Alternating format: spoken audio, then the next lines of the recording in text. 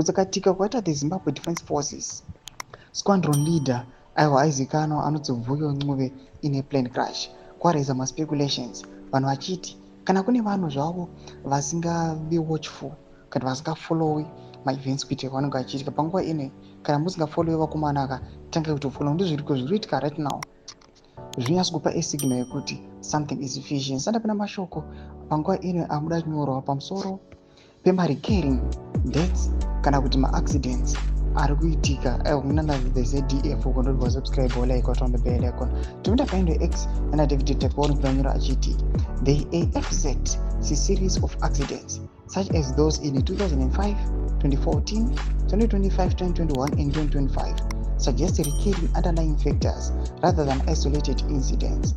Evidence points to challenges like aging aircraft, maintenance and infrastructure, limitations, and the demand of high-risk training. Thomas Karuda panguva ino achitaura panapa nana David Teponi muri kuona apa achiti aiwa yes, ndogona kunzwaidiwa natara mashoko achiti kutsakatika kunoita vanhu kungava muparliamendi kana kuZDF kana chiva chiti maybe mapex ari kuita kudonedza vanhu, but panguva ino kuri kunzi mukatarisa the recurring accidents ari kuitika mayezi asitetewo ayo panorizwa maissues ekuti right now mamwe maaircrafts thanawo aging ari kuleka maintenance, pane mainfrastructural limitations and zviri kusimudza a high risk demand kune vemauto. Mashoko ari kuda panguva ine anotidzokesa back again kuna mukomana Bomushogesa akambotaura achiti kumilitary uko mari dzevemasoja dziri kurakashiwa, dziri kudyiwa.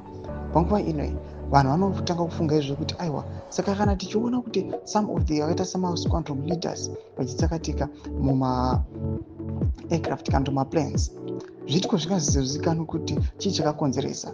At some point kwasa iri fault yake the pilot, but at some point kwasa iri problem yethe aeroplane.